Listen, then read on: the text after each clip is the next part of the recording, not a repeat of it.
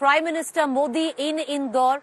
Apologies for cutting it, but let's quickly dip in these visuals coming in from Indore. The Prime Minister holding a roadshow. Like I said, it's the final fag end of the campaign. Curtains down where Madhya Pradesh comes into question 5 p.m. tomorrow. And as now these visuals filtering in, Prime Minister's big push, mind you, it's him on the ticket. There is no chief ministerial face, and these visuals coming in from Indore, Prime Minister campaigning where Indore is concerned. He's been on a whirlwind where Madhya Pradesh, Chhattisgarh is concerned. Madhya Pradesh, 230 assembly seats. The curtains come down tomorrow 5 p.m. What has been a heavy season of electioneering.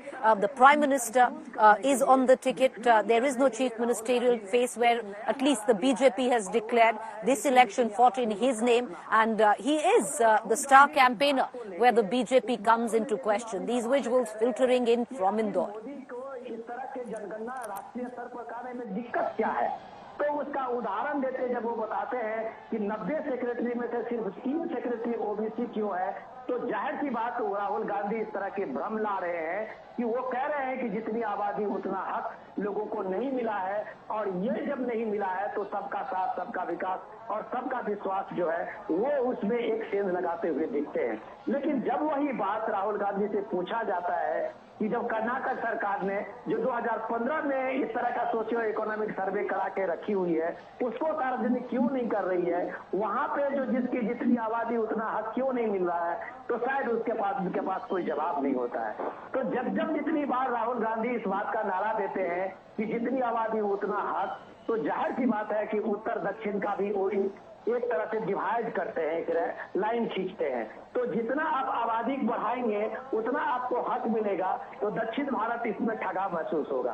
तो ये सारी चीज जब prime minister Modi these visuals streaming in from Indore, the Prime Minister, these visuals streaming in from Indore, the Prime Minister's final campaign in the city of Indore. Important if he needs to turn this election dead heat right now, where it's predicted. Does the BJP have an edge, and if at all, can the Prime Minister bolster it?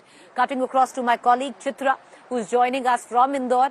Chitra, आप track कर रही हो प्रधानमंत्री का road show जो इंदौर से निकल रहा है, काफी भीड़ है, स्टार कैंपेनर है भारतीय जनता पार्टी के, it's him on the ticket. Chitra, बिल्कुल सही कहा प्रीति आपने। और इस वक्त अहिल्याबाई होलकर की जो प्रतिमा है जिन्होंने इंदौर नगर को बसाया था, वहां पर प्रधानमंत्री नरेंद्र मोदी पहुंच चुके हैं हाथ हिलाकर, चूंकि चारों तरफ यहां पर काफी ज्यादा भीड़ है। हमारे दर्शक को तस्वीरें भी देख रहे हैं प्रीति, चारों तरफ जबरदस्त भीड़ यहां पर उमड़ी हुई है। और बड़े गणेश जी मंदिर से उन्होंने शुरुआत की, इंदौर के अलग अलग हिस्सों से गुजरते हुए फिर वो पहुंचे हुए हैं एक ऐसी जगह पर, ये मेरे ठीक पीछे आप रजवाड़ा देख रहे हैं, यहीं से 28 सालों तक अहिल्याबाई होलकर की ओर से इंदौर के शासन को संभाला गया था, और फिर इस पूरे के पूरे क्षेत्र को एक नया आयाम, नई गति दी गई थी। अहिल्याबाई होलकर ही, जिनकी प्रतिमा पर पुष्पांजलि अर्पित करते हुए प्रधानमंत्री नरेंद्र मोदी, अहिल्याबाई होलकर ही हैं जिन्होंने 28 सालों के अपने शासन के दौरान, चाहे काशी विश्वनाथ में जो भगवान जी का मंदिर है काशी विश्वनाथ का, औरंगजेब की ओर से जब उसको तोड़ दिया गया था उसका जीर्णोद्धार उनकी ओर से करवाया गया था, मणिकर्णिका घाट को बनवाया था अहिल्याबाई होलकर ने।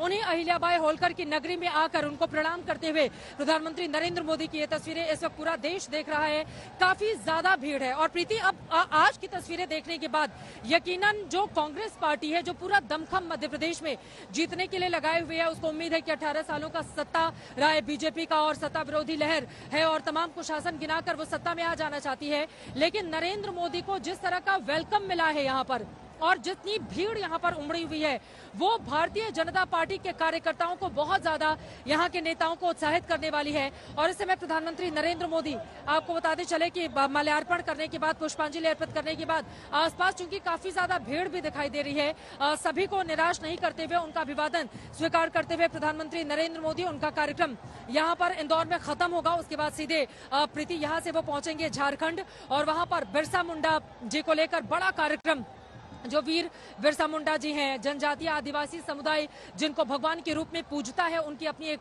पहचान है।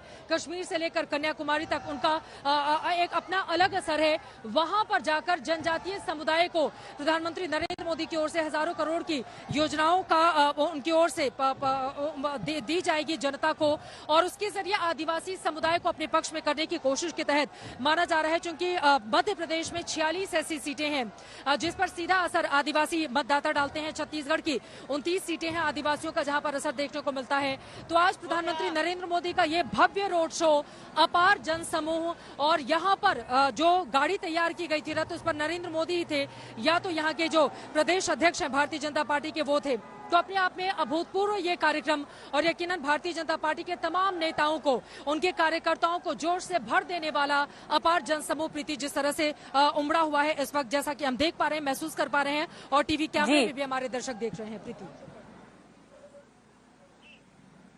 चित्रा, बहुत शुक्रिया कि आप हमसे जुड़े। जो इंदौर से जो रोड शो गुजर रहा है, चित्रा त्रिपाठी मेरी कॉलीग आज तक से जुड़ रही है हमारे साथ। With that, let's get back to the heavy electioneering campaign. Like I pointed out, viewers, across 5 states, it's the final countdown, and the Prime Minister needs to make it count. What's interesting is, right after that, he will be in Jharkhand rolling out a slew of schemes, SOPs and yojanas. Jharkhand is not going into election, but neighboring Chhattisgarh and of course Madhya Pradesh is where there is a sizable tribal population. So the messaging very, very clear where that is concerned.